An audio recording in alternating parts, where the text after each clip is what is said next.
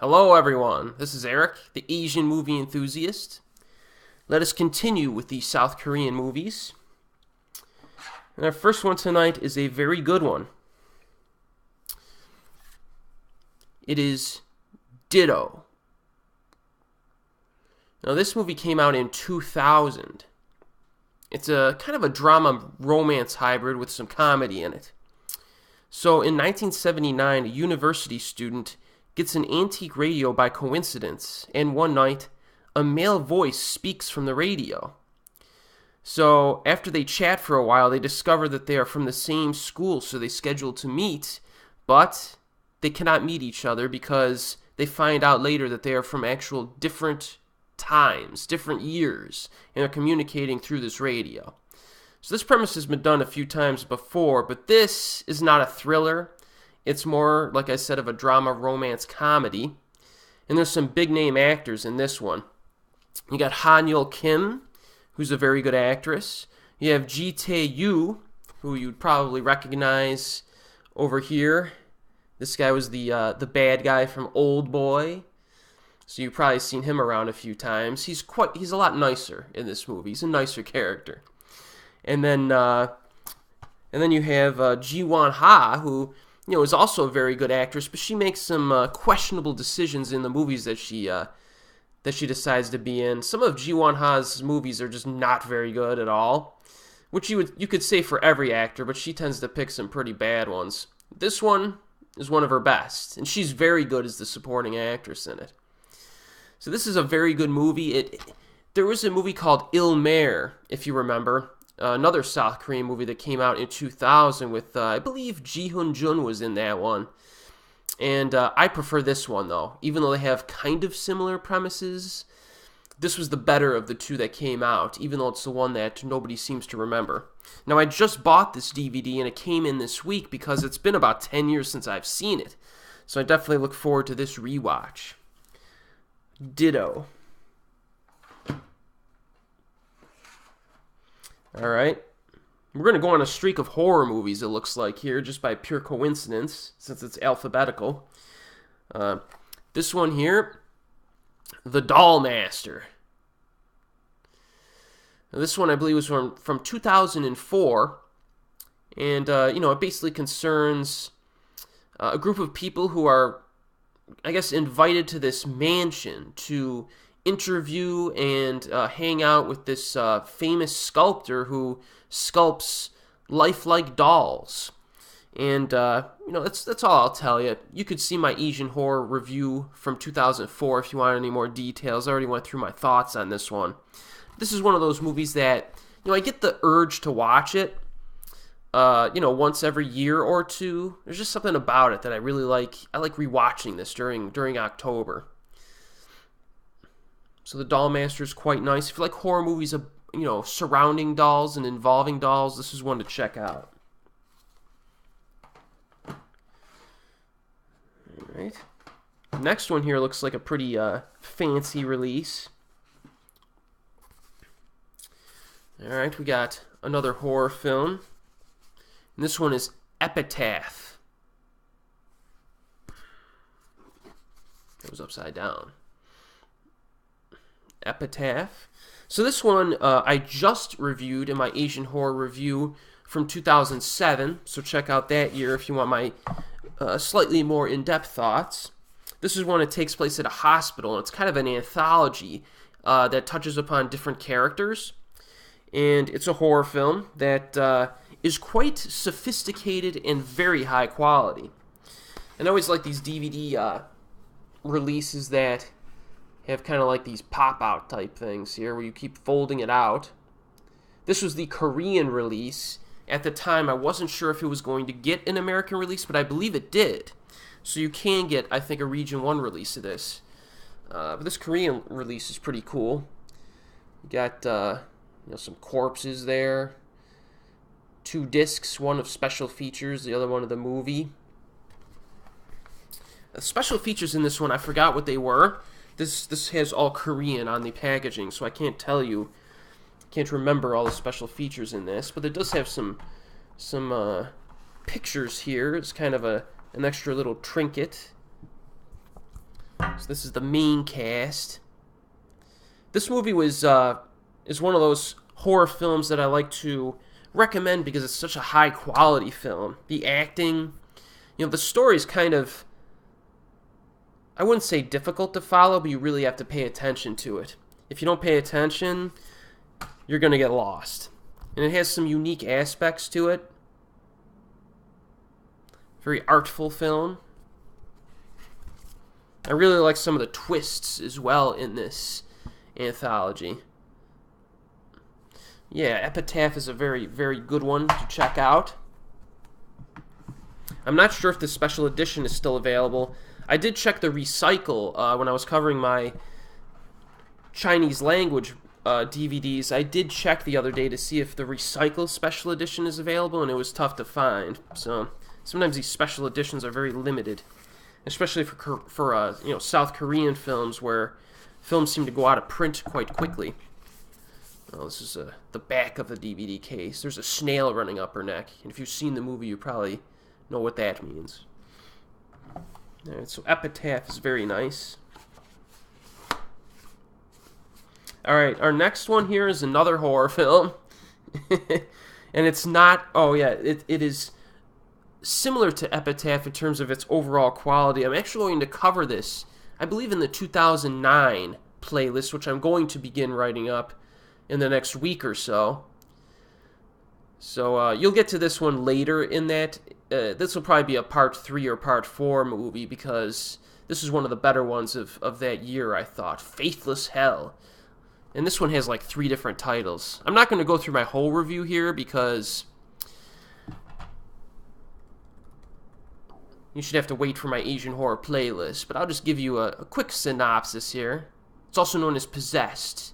A girl investigates the disappearance of her younger sister who may have been involved with a religious cult. So that's all I'm telling you right now. This is a very good flick. It's it's kind of creepy, and it's creepy in a. It's kind of hard to describe. I'll think about how to describe it, and I'll let you know when I review it. Good DVD here. Again, all the special features looks like it's in Korean, so I can't really tell you. Good one, though. I'm glad I have this one in my collection. Now, our next one here is another horror film that is not quite up there with that same quality of Epitaph and Faithless Hell, and that is Ghastly, which I will review. I believe this is 2011. I'm pretty good with the years, aren't I? With the horror films, at least. I remember the years that they were released sometimes. But yeah, we'll get to this one in 2011. Let me just look at my notes here. So, after his sister and brother-in-law die in a nasty murder-suicide, a man adopts the nephew and moves into the house with his wife and younger sister. So, obviously, things do not go well. And I'll give you the details later. The problems, this movie has its fair share of problems, though. It's not one that I just outright recommend to everyone like I would Epitaph or Faithless Hell. But, it's still, I thought it was pretty good. It had its moments, you know what I mean? The actresses were pretty good. The little kid in this is actually quite good as well. So Ghastly's one that it satisfied me enough, but I'll let you know the details maybe in a few months when I reach 2011 in that Asian horror playlist. Alright, our next film is not a horror film. It is not. The good, the bad, and the weird. Ji-woon Kim. This is a huge, awesome flick. This one, I wouldn't say it surprised me, but I watched this soon after watching Takashi Miike's Western, Sukiyaki Western Django, I think it was called. And I remember that being pretty terrible. So I went into this with maybe more realistic expectations, and it just blew me away. Dude, the opening scene in this movie is phenomenal. There's an opening scene on a train. It's basically, if you haven't seen this, you gotta watch it, man. It's a must-see if you're into, action flicks. It's a bunch of people going after a treasure map. I mean, that's a basic premise. It's absolutely loaded cast, too. And, of course, you have Byung-hun Lee, Kang-ho Song, And I always forget this guy's name, and I shouldn't, because I've seen him in a million things.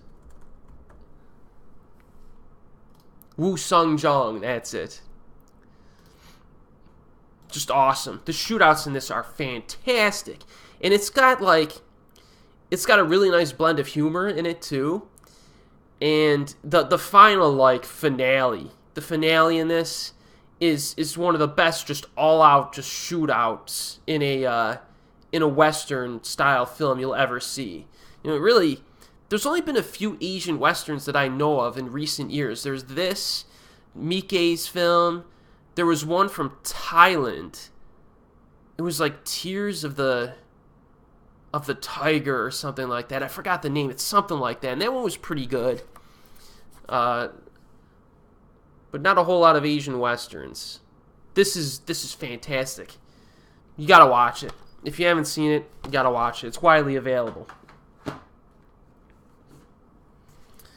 Let me just, one of the pictures fell out of my Epitaph thing. We'll put it back here. Alright. Now our next one here is another horror film. I covered it in the 2007, again, Asian horror playlist. Oh, actually, we got one before that that's a horror film as well. I covered this just recently in 2008. GP506, also known as, I think, The Guard Post. This is one, if you want my thoughts, check out the 2008 videos. This actor here, I'm a big fan of this guy, even though I can never remember his name, because he's usually a supporting character in roles, and he usually steals the show. He was this was the older guy in Midnight Ballad for Ghost Theater. He was just fantastic in that. Every time I see this guy, I smile, because it's always fun to see him in movies. This is the one with, he's the investigator who goes in and, tries to figure out why a soldier went nuts and killed a bunch of people, and he has to figure it out in one day because of the political pressure involved. This is a horror film. It's nice. I enjoyed this more the second viewing. It's more of a second viewing improvement film, I guess you could say. I liked it, though. I will definitely watch it again in the future. GP506. Alright, our next film here is the one from 2007 that I covered. I rated it very highly. And that is Hansel and Gretel. This is a, and check out my review if you want some details. This is not like a direct adaptation of the fairy tale. It references it at certain points, but the storyline is really quite different. Quite different. And this has some of the best set designs and cinematography you're going to see in a horror film. They really did an excellent job with the sets in this movie. It's got a good story, good characters, and that supplements the horror. Not a particularly scary film, but I think everything else, just the overall quality, just makes it totally worth watching. It's one of my favorites from that year, Hansel and Gretel. Then, of course, I have the Korean DVD that I bought a few years before it came out in the United States, because sometimes I just can't wait. You know what I mean? Check it out if you haven't seen it. All right, our next one here is another interesting one.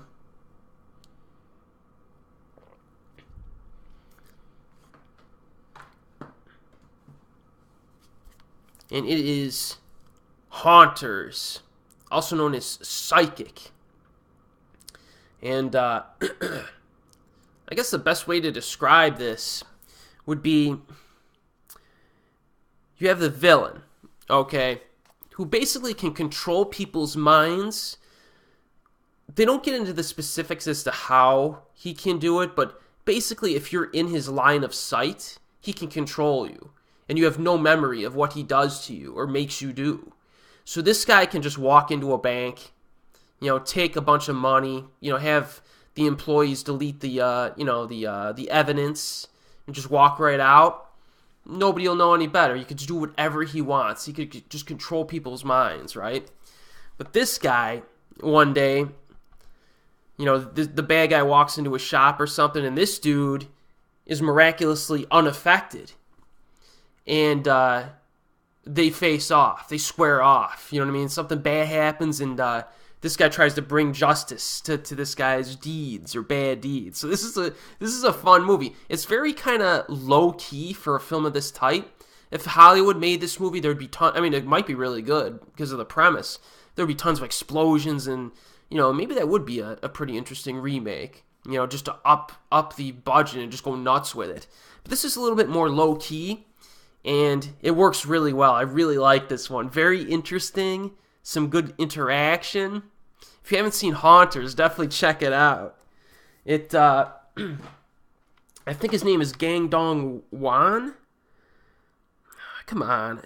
I always get angry when I forget these guys' names. I gotta look it up now. Because, let's see here. Haunters. Yeah, Su-ko is the lead actor in Dongwon Gang. Yeah, Dongwon Gang. This guy, I watch this guy in anything too. This guy over here. I watch him in anything. He's been in some good stuff. Alright, we got another big one here. One, you gotta watch this one. You know, you got the good, the bad, the weird. Some of these other ones are like must-sees. The Host. I remember when this one came out. I never got to see it in the theater, unfortunately. But I remember watching this on DVD and just loving it immediately. And this is one that also I think grows on you with each viewing because there's some good character to it, some good script writing. Obviously the cast. You have Kang-ho Song, Do-na Bae is in this. And the director, Joon-ho Bong, is up there with some of the best in the world right now. So you have like this monster. It's kind of hard to describe, like a sea land type animal that comes out of the Han River and starts terrorizing like the surrounding area. So, you know, it's things get bad, but this doesn't really take the again, this is really kind of non-Hollywood in how it executes things, you know, because it really focuses on how this monster affects this particular family. And, you know, the run-ins with it, as well as their run-ins with some of the government officials and what they're doing. Very, very interesting, dramatic thriller. If you haven't seen it, man, you gotta watch this. You gotta watch it. The Host.